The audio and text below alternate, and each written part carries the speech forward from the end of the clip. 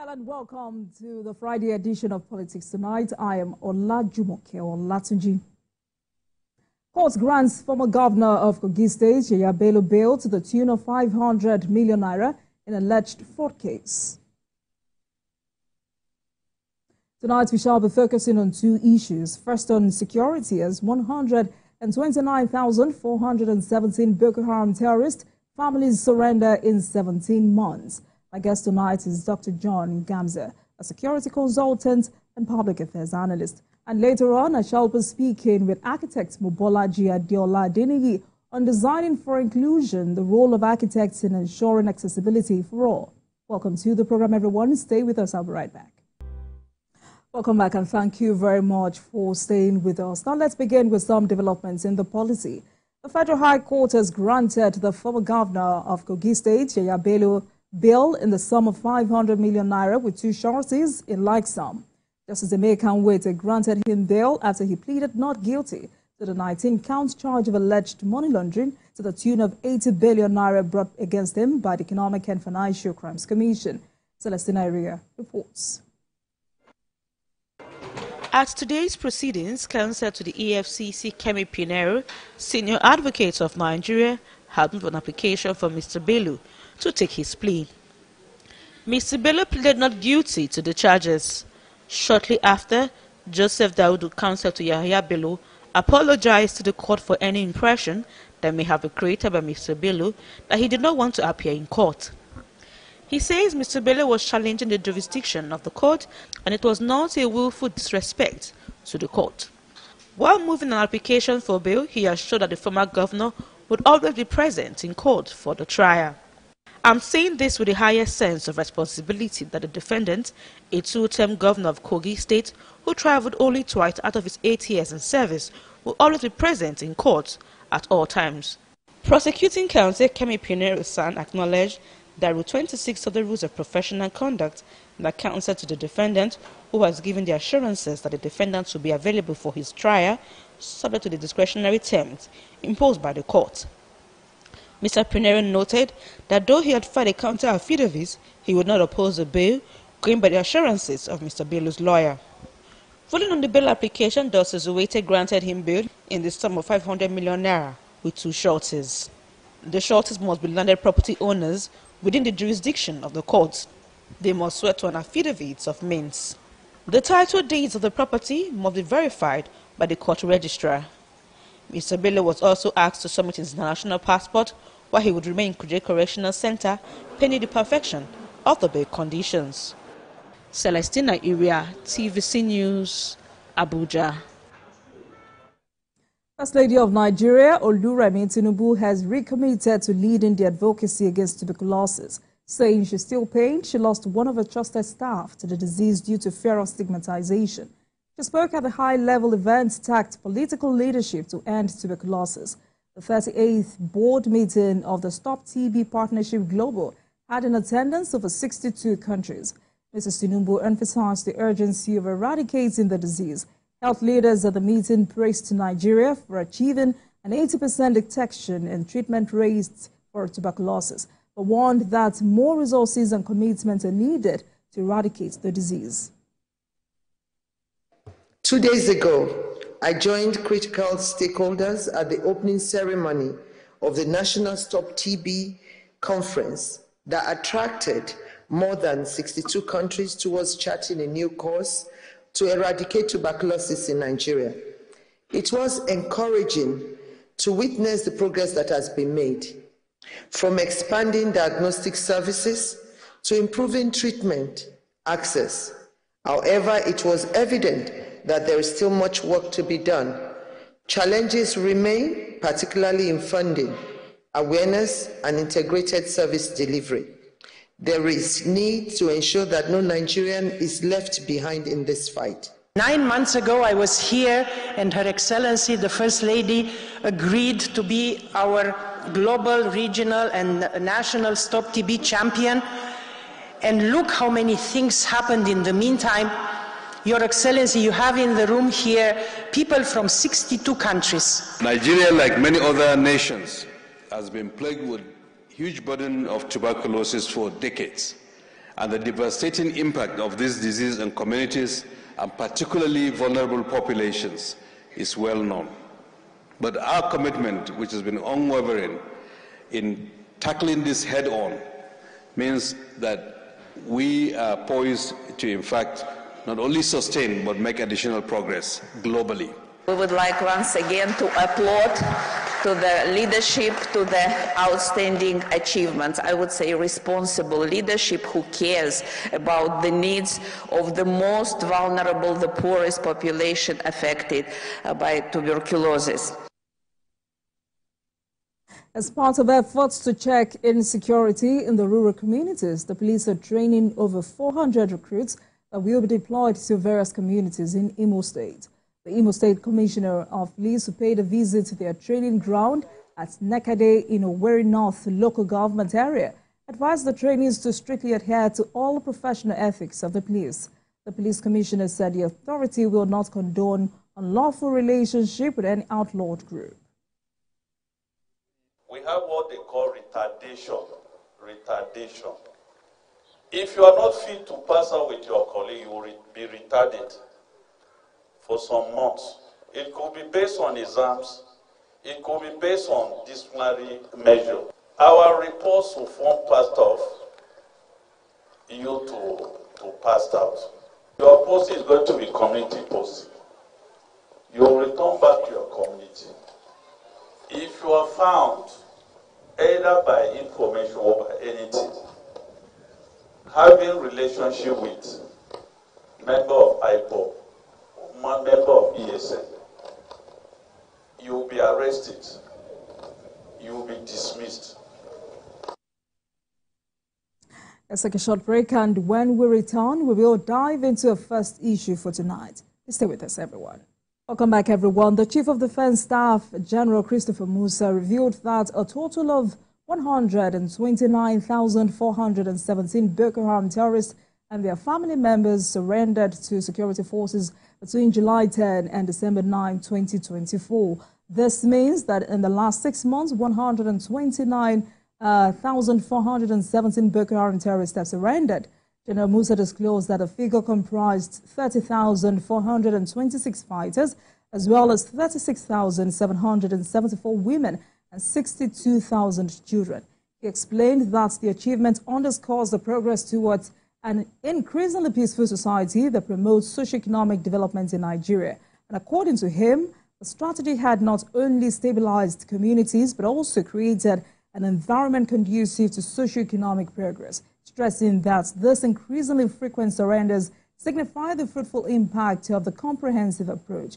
And for us, this is good development, but let's get the perspectives of Dr. John Gamze, security consultant, public affairs analyst, who joins us virtually. Good evening to you, Doctor. Thank you very much for joining us tonight. It's good to see you again. Thank you. It's nice having you. Thank you. So first, let's start with your impression of this report. What significant progress does this indicate? We heard General Musa say significant progress has been made in fostering a peaceful society that guarantees improved socio-economic conditions for the citizens. Is this something you agree with? Well, I think a moment ago, you made mention of what the Chief of Army was trying to say in respect to the progresses they've made. That is quite commendable to my mind and understandable in the sense that since 2011, the military have launched about 6 different operations, the larger part of them being kinetic, and now they are coming to the 6th one, which is Operation Safe Corridors, that has something to do with the non-kinetic engagement of what is sincerely required. In terms of the fact that they now notice that it's not all about might and power, but it's also about everybody coming on board and making it clearly necessary so that we can get some of these fighters, and re-engage them into society. That sounds well, and that is quite fine. To my understanding, I notice that it's just a catch-22 situation where we have to do what we can in this particular nation to insist on seeing what we can do right. I think before we get into analyzing that, it is fair to understand that there is the good, the bad and the ugly side of the entirety of the whole thing that requires foremost intention so that we can put some of these things behind us and begin to move ahead. And I think it's a commendable move, and it's something we can do collectively, in as much as there are also loopholes there that are required to be closed in such a way that we can have something and put this BH issue back onto the closed door. So I like that you made mention of the two approaches, kinetic and non-kinetic, because the CDS also attributed the surge in terror surrenders to the armed forces' effective integration of both approaches. And it's also interesting to hear that because there are security experts who have said, because this is an unconventional war, we cannot continue to have conversations. We cannot continue to dialogue, which is one of the strategies used when adopting the non-kinetic approach. And some security experts believe we must go harder on these guys, especially because of the new wave of attacks and new groups springing up. What do you think? You know, the military is a complex organization. But by the time you reduce their operations and you understand their philosophy on two basic notes, you will accept with me that there is what they do in the arena of what they call the battlecraft, which defines the central philosophy, that exact, the kind of operation they're supposed to do. Some time ago, we've seen them opting up and doing that which is right, putting together their resources and moving on to take on some of these people. Certain reports they give you, some they don't, for human rights purposes, and the fact that they have to protect their own nation, at least from other allegations that are not necessarily right. Yes, the kinetic operations have been on, billions of naira have been spent, on that particular thing, lost displacement, and quite a number of things like that. They now notice that the next thing that is important is what to do on the theater itself. When you talk about theater of war in the military services, you are referring to the space occupied. Now, in this context, we're looking at a larger space of Borno, Yobe, and some fringes of Adamawa State in the northern part. But things have been crowding down and narrowing down on quite a number of them, and we know that embedded in some of these fighters and are very serious human situations that they themselves cannot contend. From a specification of the fact that in some of these spaces, there have been camps that they've maintained, women and children, and sometimes schools of their own to brainwash their own citizens and whatnot. These things have gone out of way now. But I know that the backdoor work that the military have been doing with governments in that locality have also played a role. Like I said, in non-kinetic, it's about a better option that they've taken presently to ensure that they bring some of these characters back into the cities and get how they can get them reintegrated into the society so that they can be accepted. Yes, when we see that we're accepted, we know that there are lapses, like I did mention earlier on, that there are the good. There's the good aspect, there's the bad aspect, and there's the ugly scenario. The good aspect is, at the end of the day, when this is successful, you can have these people rehabilitated, accepted into the community, and reducing tension and expenditure on security. The bad side of it is when the operation itself to contain some of these people get ineffective, and where there is no transparency and enough facilities, at least to put them in order and to ensure that you get the results that you want. Now, in the past 17 months, according to the report given to us, you are having over 100,000. And how do you contain such people? I think the last time we did hear about what the military did was to have given exactly, attention to nothing less than 2,000 of such people that have been camped somewhere and given attention and sent back into the society. But now the ugly side of it is all where the whole thing fails. The risk involved, and then the lack of transparency and insufficiency of resources and the capacity of the people, at least to try to get these people rehabilitated. Now the situation is quite ongoing, and we look at them that way, but then we will not lose hope, but to continue to ask questions, to the military establishment as to how they intend to collaborate with state governments in making some of these surrendered people safe in the society. It will be quite difficult, of course, to get them accepted because of the sum of the crimes they've committed, and some people have done a lot of heinous things. Since the departure of Shakau and Albarna or something like that, the two of them that had fallout and fought each other, divided the camp, I think the strength of the Boko Haram reduced. And that is the reason why we are seeing largely some of these things that are coming up. All right. Like I try to emphasize, the situation is there with us on how to scale and to put some of these things in order.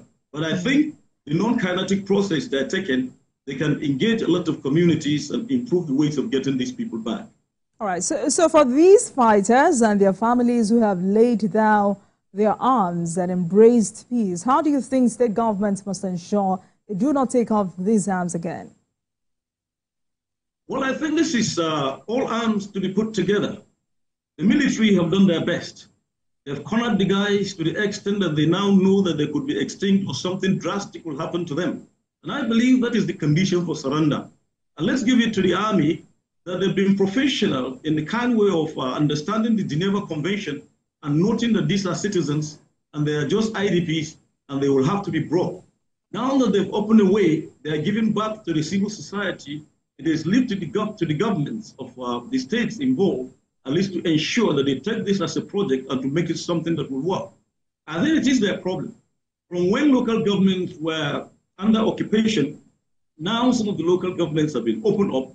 I think it is time for unit-to-unit deployment of resources, candid resources, transparency in the process, and now engaging the non-governmental organization and the world over, anybody that is concerned, to come in and show us how to organize this system and to ensure that these people become part of us and they become part of the society. I think that is not the first time we're seeing it. During the Nigeria-Biafra Civil War, we have a program of rehabilitation, re-engagement, and whatnot, that collapsed the Biafra into Nigeria. States were created and a lot was done, in rehabilitating, our brothers from the Igbo fold back into Nigeria, and now we are standing. So if these people, about 100 and something of them, are there, they are numbered, their statistics are known, they are placed where they're supposed to be placed, resources are given to them, I think it is easier to plan and to deploy. The census and keeping them together, giving them spaces to exist and monitoring them will do a lot. We have a model here in Adamawa State more particularly, but that did not have anything to do with those people that have been rehabilitated or some kind of things like that. But the IDPs brought in a town and camp. Through the efforts of the Catholic Church, there is a village on the road to Mubi by the left-hand side.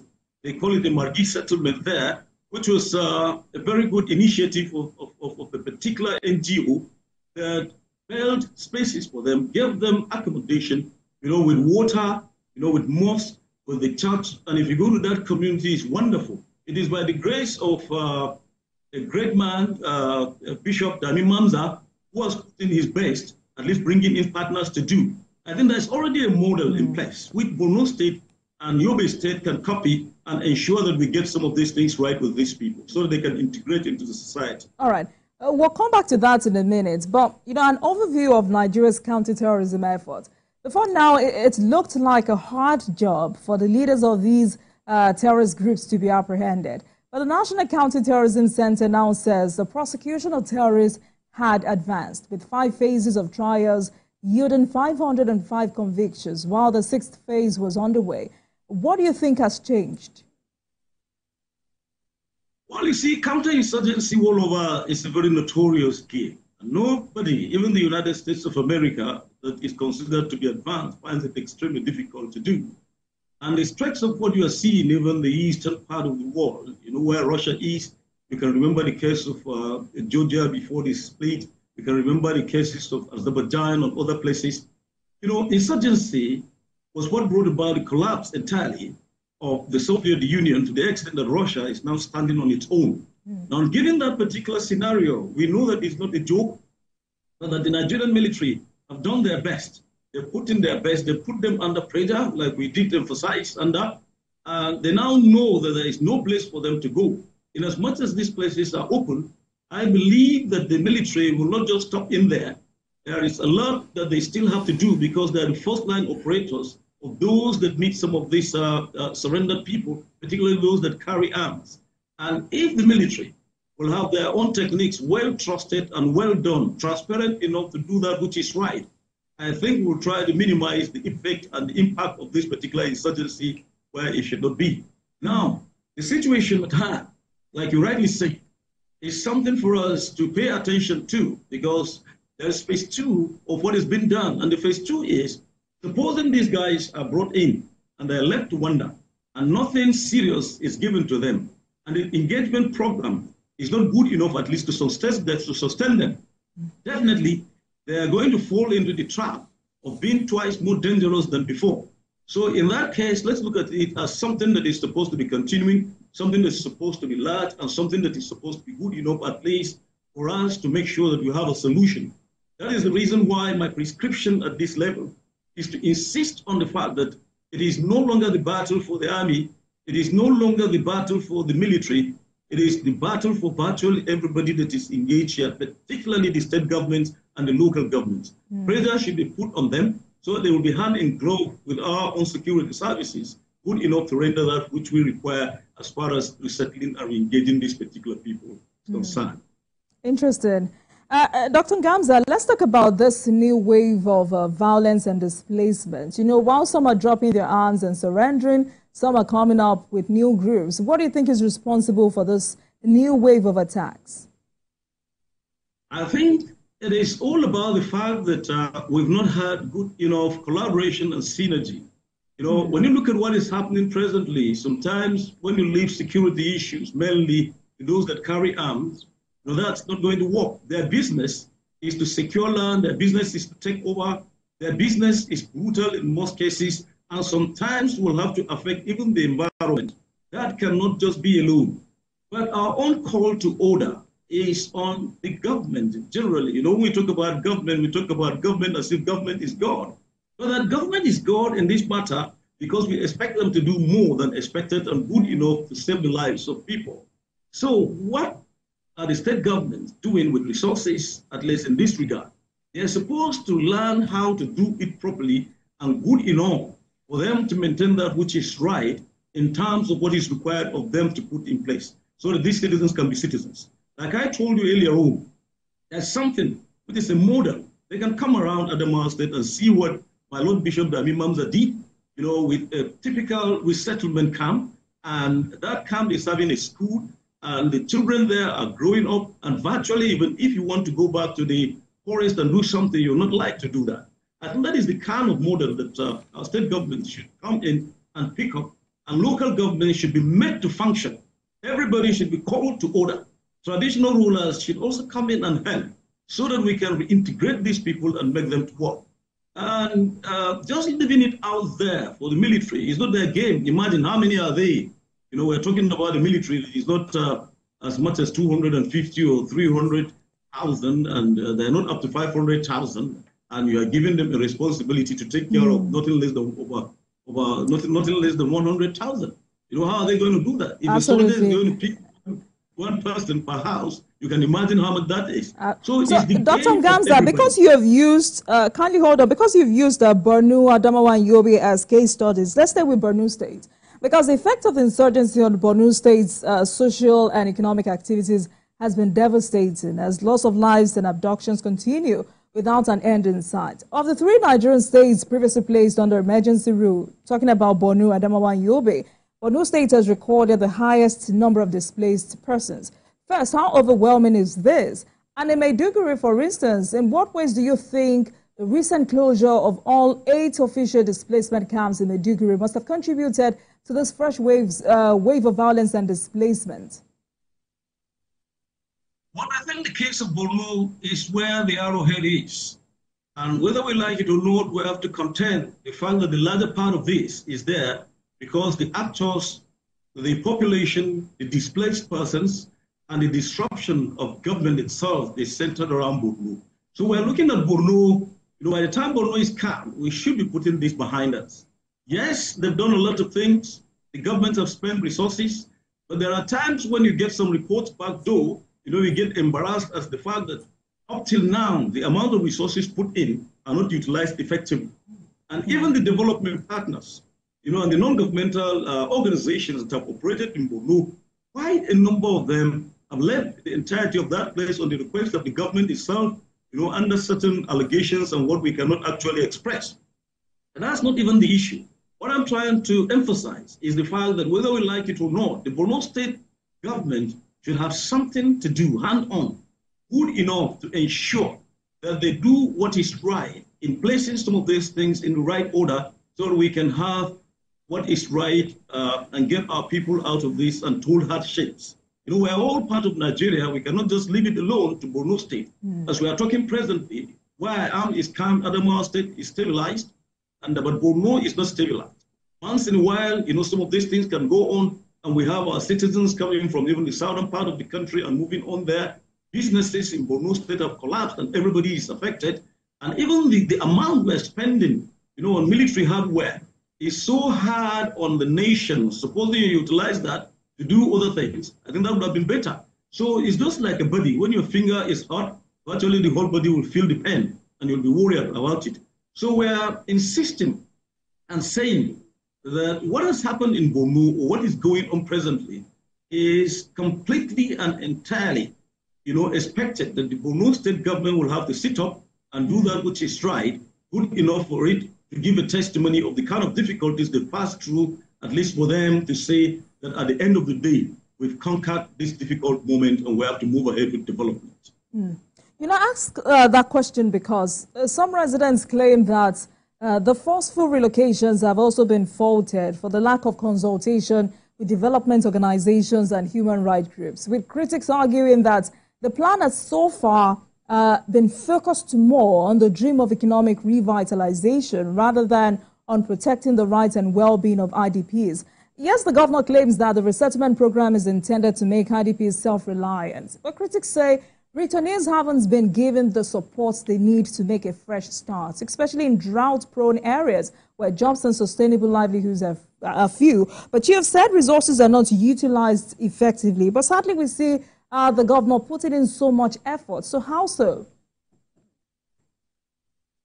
I wouldn't go more particularly, but I can tell you that with the news and people going in and coming back and details and reports coming out of the whole thing, you will accept with me that there is a disconnection somewhere, you know, that make the whole system not to be effective. Now, if people are running out of IDP cards and they're coming out of the forest, at least to try to form a living, and to the people that would like to integrate into the society, I believe and I think is the easiest thing that one can do. When you open up space and you acquire it and you make that particular space at least good enough for people to do that which is right. Nobody can keep anybody in a camp and keep feeding him forever. You know, it's going to be a very difficult thing. We've seen that. Even big countries and advanced nations, you know, have faced refugee problems and they've taken time to do that. All these resettlement issues that are fundamentally required are things that should be done within the ambit of what the government can afford and what the government can do. Once you direct and you open up spaces and you make those spaces safer for people to live in, I'm sure they're going to have, you know, skills that they will develop, and then they will engage in building themselves and doing that which is right for them to improve and to be ordinary citizens that are living their ordinary lives. So with all the models around, like we rightly say, NGOs have been into that place. They've done great. They've established quite a number of systems, you know, good enough to help government. But whether governments are utilizing those systems good enough, at least for the development of their own people, I think that is where the whole thing is. So let us now agree that there is a need for collaboration, for synergy, for understanding, and for deployment of resources. And there should be serious supervision by agencies concerned, particularly making it a state of emergency thing, good enough for somebody to sit up and to deploy that which is expected to do. I think with that in mind, we can comfortably say that whatever it is, whether it's a lapse by the Borno State government or it's a plus by the Borno State government, let us look up and see how that particular thing is impactful and good things happening to our own people. All right. Now, away from Borno State, Dr. Ngamza, in October, the federal government reaffirmed its commitment to strengthening Nigeria's military capabilities through improved research and development. And this was reiterated by the Minister of Defense, Muhammadu Badaru. How do we enhance and strengthen this aspect of our operations? You know, our nation is sometimes funny in terms of the fact that the outside world is looking at us and laughing as to what we do with the state of statistics and records that we keep. Now, when you go deep into research, you'll understand that the records you have will be first the case study, then the baseline, and what is going to afford you the opportunity to do critical thinking and planning that is going to be strategic enough to ensure that you have results that work out. That we've not been doing. But then, if there is an intention and that the government did place, a request on the fact that this is their foremost intention, their vision, their mission, and what they intend to achieve out there, let us see how that plan is put to execution. Let us see how we do the monitoring. Let us see how we evaluate exactly what's going on there. Let us see how all these things are put together as samples for us to put in our own history, good enough to prevent what is likely to come in the future that has its own similarity. So the essence of research generally, in any situation and records put together is for any government anywhere in the whole world to ensure that good things happen to its own citizens so that you can avoid the mistakes of the past. I think when you go to when the Europeans fought their own tribal wars and they decided to turn it into World War and they engaged virtually everybody there, I'm sure that the records of the First World War helped them in doing whatever they did during the Second World War. Good enough for them to now prepare on how to avoid the Third World War, which is likely to destroy them. So that we've seen all these things about insurgency in Borno State and with government determination as to the fact that there's a need for us to open up, situation rooms, the need for us to open up planning areas and centers, the need for us to do that which is right. I think it is good enough to ensure that this is done. And with all open and kind-heartedness, all of us to join hands and ensure that we get it right, particularly we in the media. By the time we begin to draw from this particular reservoir and give records and make explanations and dig deep, like the TVC is doing now, I think it is commendable enough to pick from the research reservoir and try to make something that will help us in doing that which is right.